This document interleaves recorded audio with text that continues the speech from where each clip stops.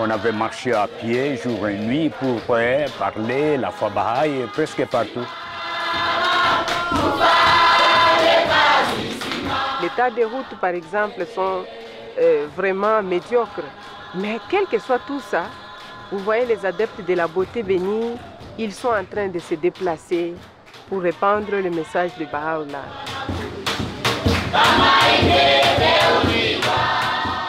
And these people had come walking from nearby villages, the places where Shabani had taught faith.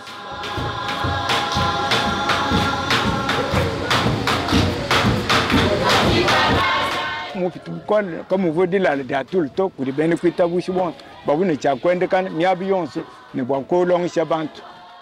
Ceci est une histoire héroïque, une histoire inspirante d'amour, de sacrifice et d'espoir d'une communauté portant une vision sur laquelle vont se bâtir une nouvelle société.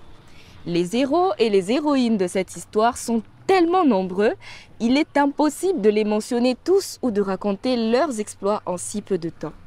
Les récits qui suivent nous donnent un petit aperçu d'une réponse remarquable des peuples congolais au message unificateur de Baha'u'llah. Cette émouvante histoire a ses origines en Urundi, aujourd'hui Burundi.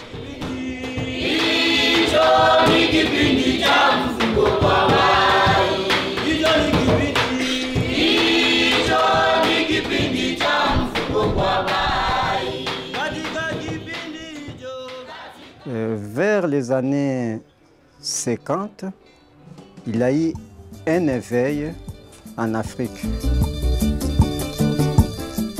Et les intellectuels africains se donnaient beaucoup à la lecture et à la recherche. Quand j'étais à Bujumbura, je faisais des recherches. Nous étions deux personnes, Selemane Louis et Lunga Ngoyi. J'étudiais les affaires. Et à ce moment-là, j'étais un agent de la banque, vers 1948. Alors, j'ai commencé maintenant à chercher la vérité. Parce que je me demandais, est-ce que nous, les Africains, nous sommes créés par qui? J'ai trouvé les journaux, pourquoi pas, Libre Belgique, et ainsi de suite. Alors j'ai commencé maintenant à lire, et j'ai trouvé maintenant les lettres de Mme Léanis là-bas. J'ai retrouvé des lettres qui avaient été envoyées par des personnes de Bujumbura à ce temps-là. C'était notamment M. Selemani, mais d'autres aussi, qui ont écrit à Bruxelles parce qu'ils avaient vu dans un journal qu'il y avait eu une conférence Baha'i qui s'était passée et ils auraient voulu savoir de quoi il s'agissait. Alors c'est à ce moment-là, Mme Léa a compris ce que je voulais dire.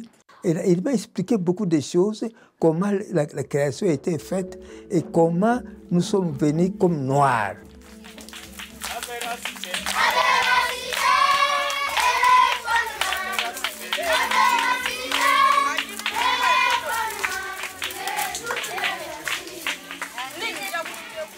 La secrétaire de l'Assemblée de Bruxelles, qui était Mme Léa Neyss, qui disait nous vous envoyons un livre, Baha'u'llah et l'ère nouvelle, et là-bas vous trouverez toutes les réponses que vous souhaitez au sujet des pouvoirs qu'il y a dans la foi Baha'i. C'est après ce livre-là que j'ai compris bien que nous sommes créés par Dieu et la couleur ne fait rien. Et j'ai commencé à partager avec les amis que je connaissais.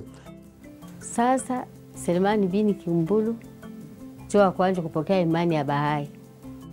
Sasa yeye akaletea Kebe Joseph, Kabwe Bernard, Kiungu Gabriel Kabuzi. Mon père aussi était l'un de ces évolués qui se donnait à la recherche.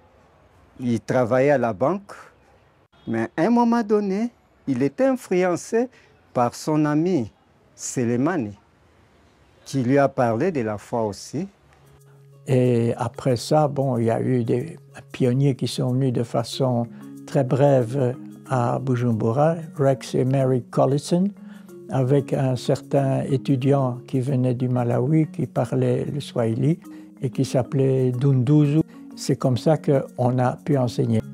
Alors, M. Collisson sont venus à la banque, on ne se connaissait pas. Alors, il m'a dit, bon, venez chez nous à 4 heures après votre service, nous allons causer.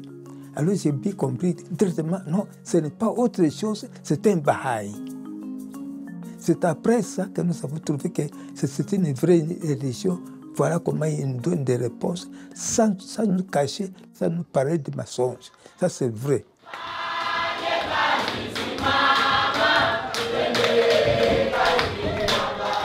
Alors, toute personne me disait, non, c'est très dangereux pour vous. Si vous donnez des idées comme ça, les gens connaissaient que vous serez contre les Européens. Moi, j'ai dit, non, ce n'est pas contre les Européens, je dis la vérité. Sasa pale guvernema Belzi alikuwa anapenda dini ingine kuenea fasi yote, walikuwa wanafichama. Sasa bamwizi ni kwenda hapa, banasumulia tu kidogo, beko banaangalia batetufunga. Ils ont formé leur première assemblée à Burundi en 1954, première assemblée spirituelle locale de Burundi, qui était formée uniquement des Congolais. Quand la foi a commencé à avoir une expansion, ils ont eu des visites importantes des enseignants Baha'i qui sont venus visiter les pionniers. C'était M. Alek Javani.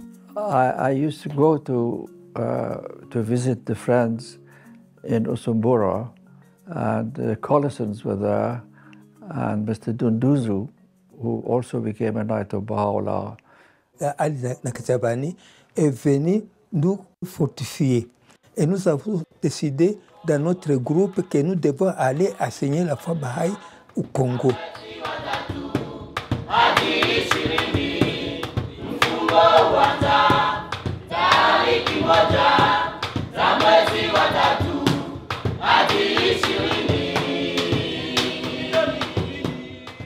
Mvangenza mulimu ku banka BCB wa Burundi. Dimwajiba umo wetu Kitoko Albert kavomweka la mu Baha'i to bwalu uvomumvo muyiki muvoyika bedine mushinga wenda wa wangata kamion kajima uyana kukula bibweta bya mama bya Congo uyana bi mu Burundi uyakuhana bibweta bya. Il est venu à Uzumbura et puis il a passé la nuit chez moi. Je lui ai expliqué la foi. Alors je lui ai donné un peu d'argent pour acheter des bananes et en même temps enseigner la foi. Parce que mon but était qu'il toque enseigner la foi, qu'il parle un peu de ce qu'ils connaissent. Nous allons maintenant fortifier ses amis après. Il est arrivé à Bokenundu, il a demandé où il peut acheter des bananes. Donc, Chabani, il avait beaucoup de champs, il avait beaucoup de bananes et Kitoko achetait des bananes. Et c'est à ce moment-là que Kitoko a expliqué la foi. C'est Chabani, avec ses frères, ils ont accepté la foi. Kitoko du tuambela bwalbo. Tetu bon sumpindiu turi tumvone ndimpe tetu kulonda Kitoko kuyaye kuikila munsila batangela kuuvira to ne kumakobora. So the time had come now that the faith was spreading from Usumbura to the Congo, Belgian Congo in those days. The friends there, the local friends, wanted a visitor to come from Kampala. And the decision was that I should go.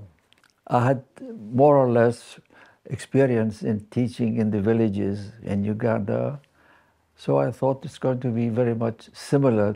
But believe me, what I saw in the Congo was completely different. Voilà ce qui s'est passé. Monsieur Ali Darisabani, il a passé à Ovira avec son camion. Dans la brousse, on passait dans la brousse comme ça. Il a passé, il est arrivé jusqu'à Chabani. It was far, far beyond my wildest imagination, and it has never been repeated. Mr. Soleimani, who was going to accompany me on this trip, he told me about Mr. Shabani and how he had been teaching the cause, but that the friends, including Shabani himself, did not know much about the faith, but they had felt the spirit of the faith, the spirit of the teachings, the freedom from prejudice, from racial prejudice, had touched their hearts to an extent that they knew that this should be something divine. So we arrived there, and I could see from a distance that there were quite a crowd. I came out from the car and I shook hands with the first person who came forward, but that was all, because I was not in control of my hand at all. My hand was being passed from hand to hand, and I was just following my hand. My hand was stretched out, and I was just following my hand. And these people had come walking from nearby villages, the places where Shabani had taught. I couldn't believe it when I looked at this crowd and I looked at the way that they were behaving. It was something extraordinary for me. On a demandé que M. Ali Nakasabani aille vers l'administration pour éclaircir comment la foi Baha'i est venue au Congo. Alors M. Ali Nakasabani est allé là-bas. Alors il a demandé à M. Ali Nakasabani d'aller dîner à midi chez lui. Il a dit non, je ne peux pas manger avec vous, sans que les amis viennent manger avec moi. L'administrateur, c'était un blanc. Il a dit non, nous ne mangeons jamais avec les noirs. Alors M. Ali Nakasabani, il est sorti, il a pris M. Shabani et les autres pour aller passer la nuit chez Shabani. C'est pour ces raisons-là que les amis ont accepté la foi. Nombreux, ils sont venus, des milliers de gens qui entouraient la maison de Shabani. Believe me, it was so sensational, so emotional. It was a unique experience for me. I will never forget. Comment un Européen accepte de passer la nuit chez Shabani? Alors c'est à ce moment-là que les amis voulaient maintenant entrer dans la foi. C'est le commencement d'entrer en troupe.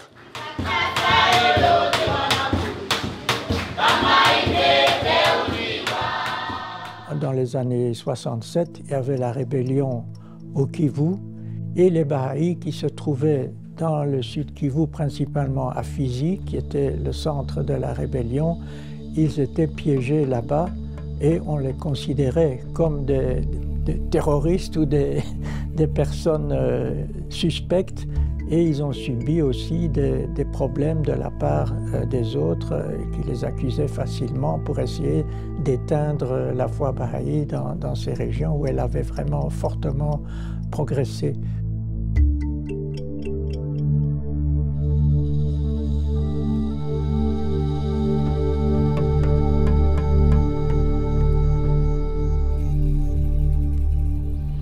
Malgré la persécution dans le sud Kivu, la foi se répand comme une traînée de poudre dans cette région. Au milieu des années 1960, la foi Baha'i prend pied au Kasaï occidental grâce à la rencontre de deux amis, Mapangu Georges et Ngalamusomba Zakari. L'arrivée de Madame Ola Pavlovska à Kananga en 1966 entraîne l'explosion des communautés Baha'i, surtout dans les territoires de Mweka, Demba et Dimbelenge. Ici, la population accepte le message de Baha'u'llah avec empressement. L'effet transformateur de ce message devient aussitôt perceptible dans cette région.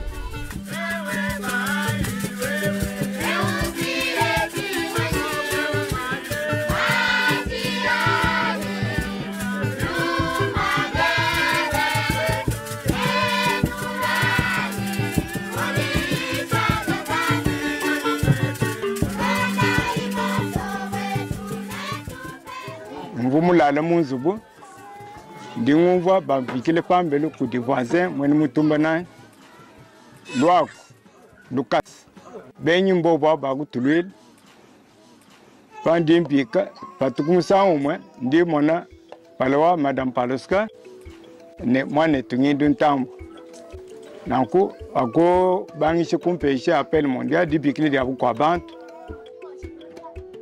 na kitabusha fwa musa umwe Et puis, chakula lato, boire un coulonge. Na kujuka, ne bukol butam ne dikan. Et Madame Pawlowska avait fait en sorte qu'il y ait une conférence d'enseignement qui se passe tout près de Benaleka. Et moi, je suis parti avec les amis, notamment Sylvain Guindou. Il y avait à côté un village de Batois. Je suggérais qu'on puisse inviter les chefs du village à venir pour nous voir lors de la conférence. Et en effet, il y a 2 chefs qui sont venus et on leur a dit, mais voilà, la Maison universelle de justice nous a demandé d'enseigner au Batois. Comment on nous connaît aussi internationalement, etc. Donc ils étaient fort impressionnés. Et il y a un notable, il dit, mais c'est très bien ce que vous nous dites au sujet de votre religion, mais il faut quand même être lettré pour pouvoir accepter. Moi, je suis illettré. On dit non, c'est une affaire de cœur. Et alors, il a dit, moi, je suis Bahaï. Madame Pawlowska me disait toujours que ça, c'est une foi de Dieu. Hein? Si vous allez persévérer, vous allez vivre beaucoup de choses. Et j'ai des larmes aux yeux quand je me souviens toujours de ces paroles, parce qu'elle me faisait toujours voir sur la tablette d'Ahmad. Il m'avait dit que si jamais de ta vie, tu prenais que cette lettre, tu l'as adressée, tu comprendras beaucoup de choses dans ta vie et tu feras beaucoup. Et cela, je n'ai jamais oublié. Parce que toujours là, on a été devant n'importe quelle difficulté, quand on veut se lancer dans la voie d'enseignement, et on a toujours des victoires.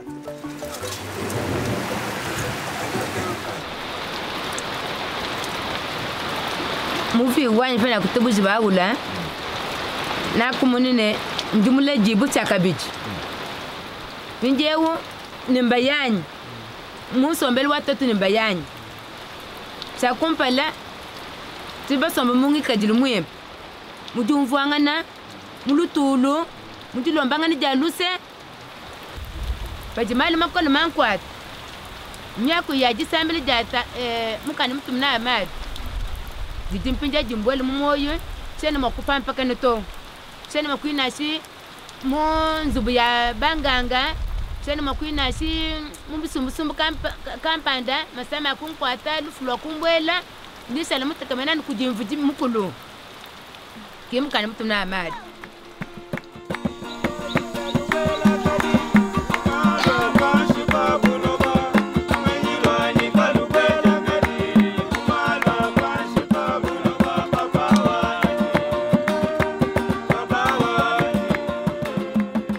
Amatul baha wakufika muchi zone wa mweka nunku wagedi wakule dilongi chipa di sangi di abu kwa bantu baha ula chipa chili chende mulo wakusangi chipu kwa bantu bonsi wane badiense chintu chimwe ninite wetu di umweni shibo munka chimwa bantu kibwa chi bantu bonsi bakaba tujadi kene bulele bene bahai badine ndongi chili umwe widi ukeba bobo mwe munka chimwa kwa bantu bonsi.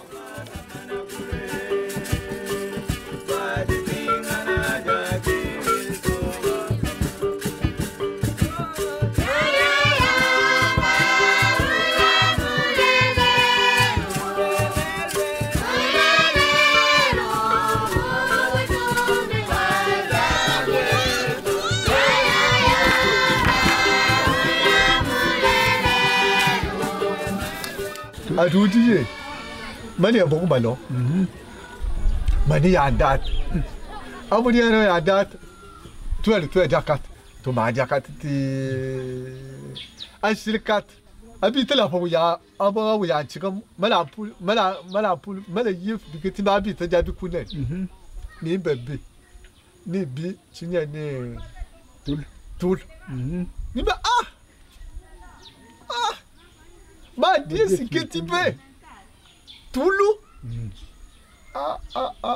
ué ne vi kwadu mbe di wadu be ti de mo ti be abu no bu ba hawla wadu bi sal calme malgré ça ni kana ba ka dikishibi wotu be le mo ni duwe ke ba tin sang sa shi ya tulu foten dia mi ba ke chama ba to tane muy ba shi ne ba won Putamana to Masas, Babahol, Putamana weekend. Che Bokamalama.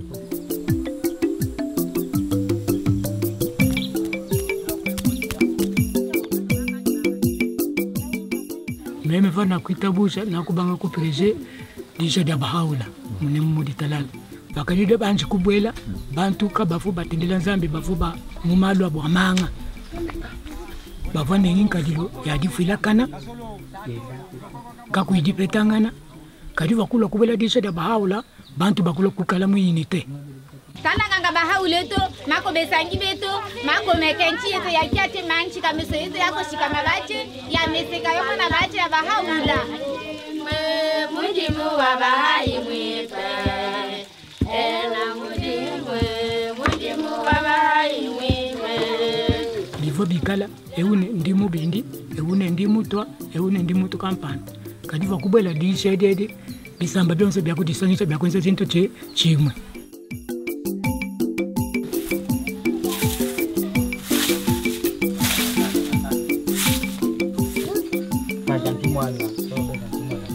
Mona malo shabunga di mam peshe na nanga di sanka bwani sombe mu ejiji bwalu dia ya jojo ka jenji tapulula na nanga ni eu mwa bukwani bwena tujanu bonso bana ba muntu minyo mujilonda jama imansantu tukatu ituselangano mule jwa nyaba luma mutu mule jwa nyaba kajimutu Nje mwena kwani mule jwe ndoba mubinji mule jwe ndoba kaji mubinji mu chikondo chakale kuba binji bavuba benga bwane mwana babinji kalu kuba twata mutu abiende kavumuna bwane mwanende ayi kuba binji to kaji mu chikondo chetu bumuji bawala mule ni malongesha pabwende muli mu bantu balongeshe mu matenwa bulo bawonso kuji banufuke kulu kuishilwa bulo na nkunenu bonso nudi bantu bamomu kakwena kabijita pulula jameku ne bisamba to mu malonsha baawul na nkutu kaji baselane basombe twambilana minfundu minsantu tulonda njila mulula mawa maisha baawul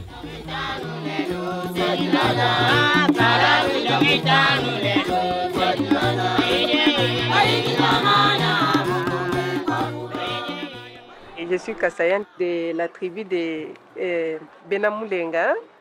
Vraiment, pour moi, c'est devenu comme une identité théorique. L'unité dont il est question, je pense que ce n'est pas quelque chose d'abstrait, non. C'est quelque chose qui est tellement concret. Baola lui-même nous a dit que nous tous, nous sommes les feuilles d'une même branche et les fruits d'un même arbre. Et cette unité s'observe. Par exemple, ma femme que vous voyez ici, je me rappelle, nous sommes rencontrés dans le service et à ce moment-là, on a causé, on s'était dit, voilà, est-ce qu'on pouvait fonder une famille, un foyer, fondé surtout sur les bases spirituelles. Donc, elle vient de très loin.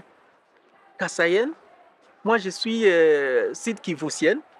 Cela montre combien Dieu peut influencer par son pouvoir, influencer les tribus à se réunir.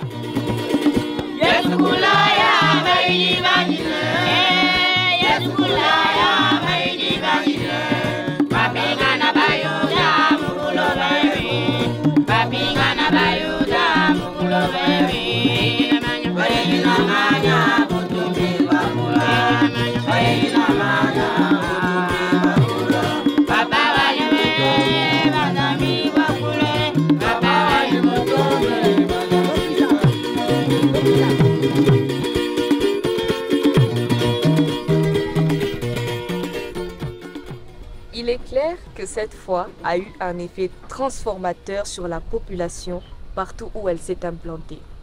Le temps est maintenant venu d'établir la structure administrative nationale de la foi, afin que cette vision d'une nouvelle société devienne petit à petit une réalité. Cette partie de l'histoire se déroule à Lubumbashi, qui a eu sa propre introduction très spéciale à la foi de Bahá'u'lláh.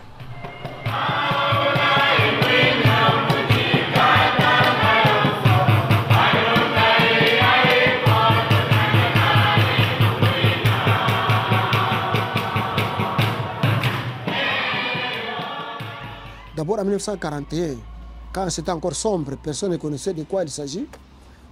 Le gardien est passé par Lubumbashi ici. Et c'est ici la gare SNCC où Chegefende est passé, accompagné d'Amatur Baha en 1941. Après la descente de la gare, ils ont fait une nuit à l'hôtel Albert, anciennement Albert, actuellement c'est l'hôtel du Globe. Après ça, ils ont continué vers l'Est, Kisangani et ailleurs.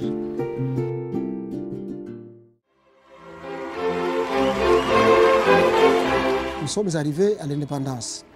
Quand l'indépendance est arrivée, et ses amis congolais qui étaient là-bas, à Burundi, étaient obligés de rentrer maintenant chez eux au Congo. C'est ainsi que la foi a été répandue ici chez nous. Ici sur Banguelo 2, dans la commune de Katouba, habitait M. Ilunga Sébastien. Ilunga Sébastien fut les premiers Bahai qui sont venus de Bujumbura, qui ont introduit la foi ici au Congo. Il habitait ici, c'est ici qu'on a formé la toute première assemblée locale de la ville de Lubumbashi.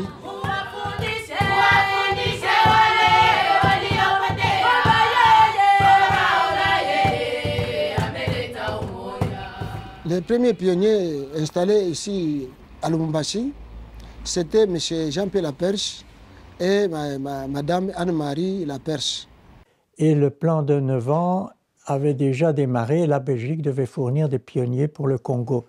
Et le but était d'avoir une assemblée au Congo en 1970. À ce moment-là, il n'y avait pas des Baha'is dans tout le pays. Il y avait surtout une grande concentration des Baha'is au sud Kivu. Et puis, il y avait aussi des Baha'is qui se trouvaient au Kasaï occidental.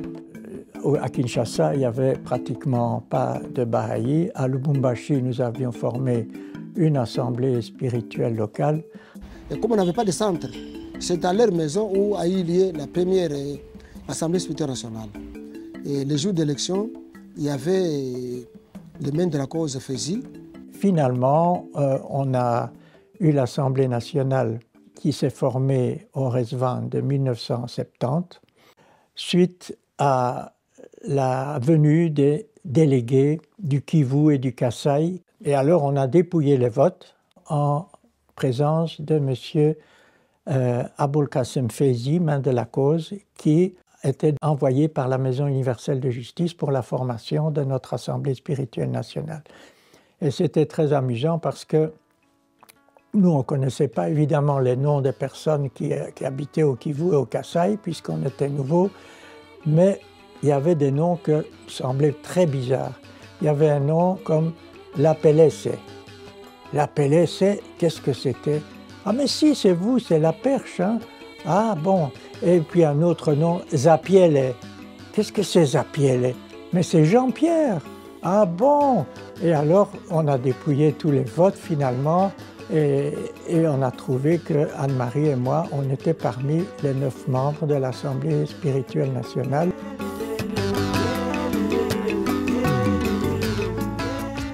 J'ai rencontré une grande compréhension de la part des autres membres, un grand respect. Et en tant que femme, je n'ai vraiment ressenti aucun problème, aucune difficulté.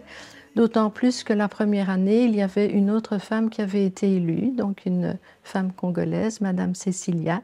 Lors de la première année, il y a eu très peu de réunions de l'Assemblée spirituelle nationale. Donc tout se faisait surtout par correspondance parce que la foi n'était pas encore reconnue. Donc il y avait des difficultés pour les amis, surtout au Kivu où il y avait encore des troubles, où il y avait encore des rebelles là-bas. Donc les amis voyageaient difficilement. C'était dans les plans de 9 ans. Alors ce plan-là a connu beaucoup d'expansion ici chez nous au Katanga. En bref, ça nous a conduit à ce que nous sommes aujourd'hui ici. C'est ce qui maintenant la communauté du Katanga est poussée à devenir grande. Comment? Par le travail que les amis offrent pour la foi.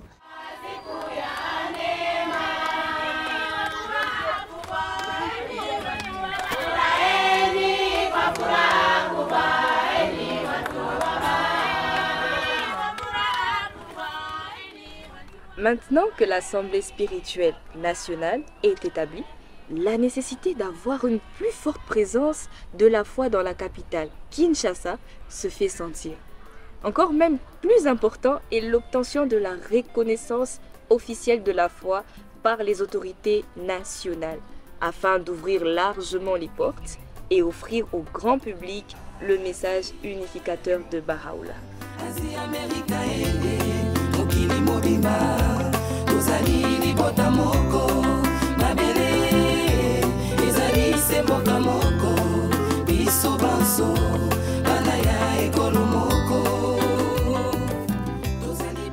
Je suis arrivé ici à Kinshasa en 1961.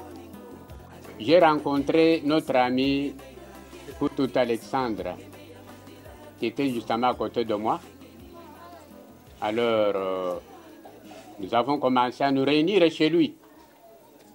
J'ai commencé à suivre les enseignements de Baha'u'llah par les conférences qui étaient tenues de gauche à droite par Mme Pavlovska en 1964. En 1967, nous avons une assemblée spirituelle locale Baha'i ici, à Kinshasa. Une seule dans la ville de Kinshasa. Nous sommes arrivés en 1969 et nous avons eu le nom d'un seul Baha'i là. C'était M. Mukendi qui travaillait à la Banque du Congo. Je vous présente le vieux Mukendi Loahola. C'est un doyen de tous les Baha'i du Congo. Il a connu cette foi depuis Usumbura, je crois en 1956. Il est venu maintenant, après l'indépendance, il est venu ici, au Congo. Alors, je suis allé à la Banque du Congo, j'ai cherché M. Mukendi, je l'ai trouvé là, et c'est lui qui nous a introduits auprès de ces quelques Baha'i qu'il y avait à cette époque-là à Kinshasa. Je crois qu'il était au nombre de 11 ou 12. Et lorsque nous avons demandé quel est le plan qu'il y a pour le Congo, personne ne connaissait le plan.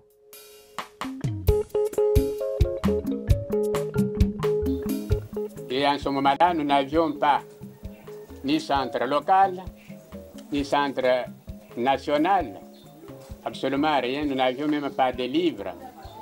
Alors nous avons dit, mais il faut avoir un centre, il faut avoir un terrain pour un futur temple Baha'i, il faut avoir des traductions, il faut avoir autant d'assemblées spirituelles locales dans ce pays-là. Et nous devons enseigner. On a eu M. Otoyoung. Grâce à lui, nous avons commencé à enseigner la foi ici. Avec M. Young, on partait vers Massina pour aller enseigner ces foi. Pendant plusieurs années, j'allais tous les dimanches à Massina 2 pour enseigner la foi Baha'i. Il y a eu beaucoup d'activités. Après, on avait des difficultés. Vous savez que la foi n'était pas connue ici. On a eu beaucoup de difficultés pour trouver la personnalité civile. Donc, à la fin du plan de 9 ans qui approchait, on n'avait toujours pas la reconnaissance de la foi et on avait eu des problèmes quand les Baha'i allaient enseigner parce qu'on disait où est votre papier pour la reconnaissance. Et il y avait Dr Navidi qui venait de l'Europe et il est resté une année à Kinshasa pour préparer les dossiers avec tous les documents de l'ONU et tous les documents de Haïfa. Les dossiers étaient prêts, tout était prêt, mais il y avait un blocage très haut. Finalement, le dossier fut déposé sur le bureau du président et Dr Navidi, il est rentré en Europe. C'était le 31 mars 1972. C'est à ce jour-là qu'à la radio, on annonce les religions qui sont reconnues. Alors tout le monde, tous les Baha'i écoutaient la radio et on entendait la foi catholique est reconnue, les protestants sont reconnus, les kimbagistes sont reconnus, les juifs sont reconnus, les musulmans sont reconnus. Fini. Mais du plan Baha'i, on voyait un désir vraiment d'avancer selon ce que souhaitait la Maison universelle de justice pour le développement du pays, puisqu'il y avait un plan. Ce moment-là, M. Dr Jazab travaillait chez le président Mobutu. Ils ont demandé l'audience. Le président Mobutu était sur le bateau hôpital. Et son médecin, Aminullah Jazab, était là aussi sur le bateau. Et puis le président disait à Jazab. Il disait toujours, Doc, pourquoi tu es si triste? Qu'est-ce qui ne va pas? Et Aminullah Jazab disait, mais citoyen président, votre décision au sujet des religions, ça nous frappe beaucoup. Nous sommes des milliers de Baha'is dans votre pays. Nous prions pour le bien-être de l'État. Nous prions pour vous, n'est-ce pas? Pour que vous ayez bien. Et maintenant, nos mains sont liées. Alors Mobutu disait, je vais donner ordre par Foni à Kinshasa de préparer l'ordonnance présidentielle. 9 juin 1972, il a signé l'ordonnance présidentielle donnant la personnalité civile à la fois Baha'i. Alors aussi, ce but-là était atteint. Grande joie.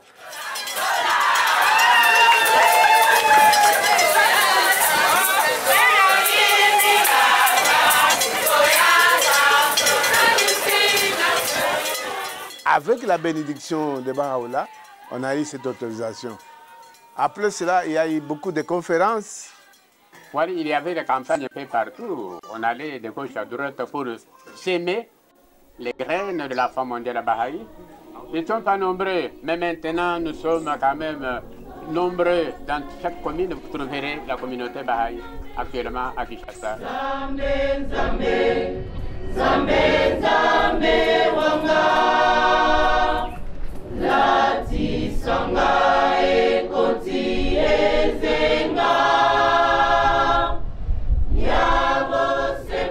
Dans les années 70, donc de 70 à 80, il y a eu un flux de pionniers qui venaient de l'étranger. Beaucoup de jeunes.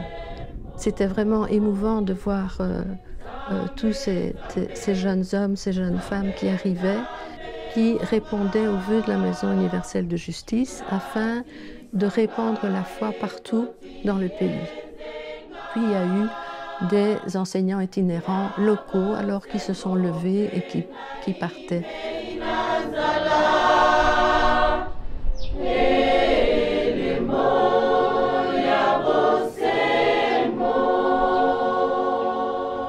Tous les efforts de tous ces amis, depuis les premiers jours jusqu'à présent, nous ont amenés là où nous sommes aujourd'hui. Ces amis ont posé la fondation sur laquelle nous maintenant nous devons construire cette vision d'une société basée sur l'unité en abandonnant toute forme de préjugés. Nous sommes assurés que la capacité de le faire réside en nous. Au fil des années, depuis la croisade de 10 ans, suivie du premier plan de 9 ans et tous les plans qui l'ont succédé, la communauté Baha'i congolaise s'est montrée capable de faire face aux crises et défis avec joie et certitude pour arracher sa palme de victoire. À notre génération maintenant de nous lever comme ces héros de premier jour en posant brique après brique sur cette fondation pour construire les communautés vibrantes et rayonnantes.